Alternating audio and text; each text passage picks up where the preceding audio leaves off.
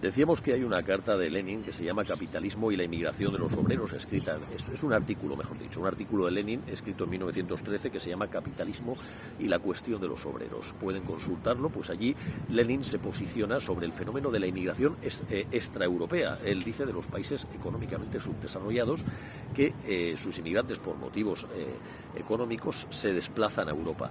Y Lenin aplaude ese fenómeno como un elemento de progreso y dice Lenin que los obreros autóctonos deben aliarse contra esos inmigrantes. Y dice Lenin además que eso va a contribuir a eliminar la cultura oligárquica dominante de las burguesías nacionales de esos estados.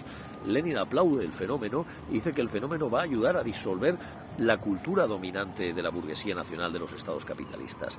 Además, esto enlaza con que en la Primera Guerra Mundial Lenin se escinde de la internacional y crea una tercera internacional escindida del socialismo imperante, porque Lenin hace un llamamiento a que los marxistas o los obreristas en general no apoyen a los estados nacionales burgueses capitalistas en la Primera Guerra Mundial. Y Lenin dice que es preferible la victoria de estados feudales o de estados económicamente subdesarrollados no capitalistas, como Prusia, por ejemplo, o el Imperio Otomano, que eso es preferible a una victoria de los estados nacionales burgueses, porque eso sería consolidar el poder burgués. Y de lo que se trata, a diferencia de lo que ponía cierto marxismo supuestamente ortodoxo que apoyó esos estados nacionales burgueses, para Lenin lo que se trata es de desmontar ya el imperialismo burgués, que en la última fase del capitalismo, que es el imperialismo, que esta última fase del capitalismo, que es el imperialismo, tiene un sujeto, que son los estados nacionales occidentales, los estados nacionales occidentales burgueses.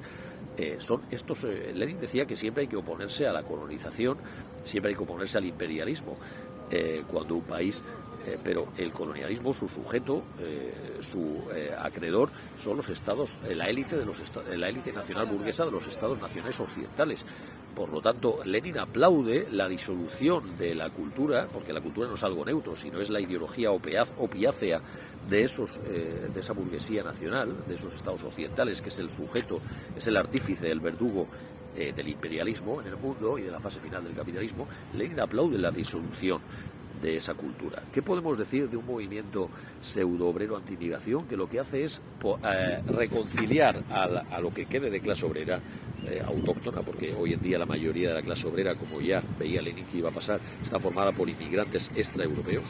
¿Qué podemos esperar de un movimiento pseudo-obrerista, supuestamente obrerista, anti-inmigración, por lo tanto amigo de la clase obrera, y que lo que hace es reconciliarse con la burguesía local y cerrar filas en la defensa de la cultura de la burguesía nacional local? Justamente lo que Lenin decía que había que disolver, lo que Lenin decía, aplaudía, diciendo que ese yugo, había la esperanza de que se disolviera. Yugo porque es la herramienta de dominio de opio de la burguesía nacional en contra de las regiones interiores. Él defendió siempre, Lenin, el regionalismo, el autonomismo de las diferentes regiones en los países occidentales oprimidos.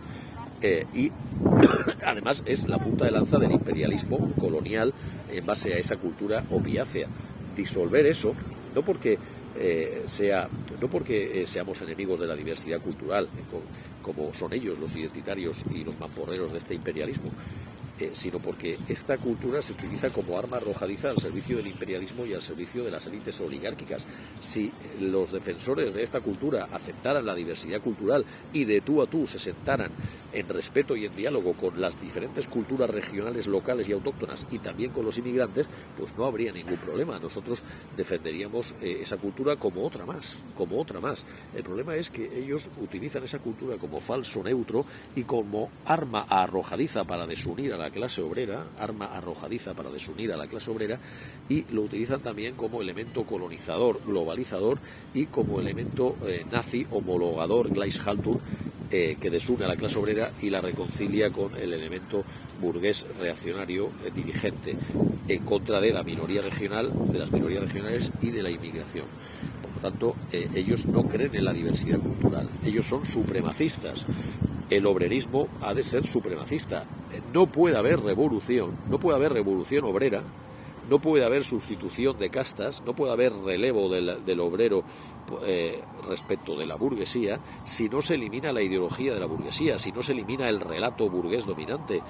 Si el obrero no entiende que aliándose con los inmigrantes y con las minorías regionales oprimidas por la burguesía nacional, si no entiende que la lucha es común, la burguesía local va a seguir dirigiendo. La prueba de que la burguesía local ha perdido su dominio es que desaparece su relato, es que desaparece su ideología. Mientras la ideología burguesa local nacional siga imperando, no respetando la diversidad cultural de los otros, mientras esa ideología siga imperando sin respeto de los otros y oponiéndose a nosotros, es la prueba de que esa burguesía local, de que esos patricios siguen manteniendo su hegemonía. El día que esa hegemonía desaparezca, será que ya han perdido ya no tienen la batuta, han perdido el poder. Pero ¿qué podemos esperar de un movimiento pseudo-obrero antimigración que su máxima preocupación es defender la cultura de esa oligarquía burguesa? Es decir, son la punta de lanza, la vanguardia mamporrera de los intereses oligárquicos. Son los enemigos, los que quieren desunir a la clase obrera, enemigos de la clase obrera que está formada mayoritariamente por inmigrantes, y son la punta de lanza de los intereses supremacistas de la cultura oligárquica. Es lo más reaccionario aún que la misma globalización, porque es la última salvación de la globalización, y más reaccionario aún que la burguesía en su fase liberal democrática. Es el elemento ideológicamente terrorista, supremacista y máximo de reacción posible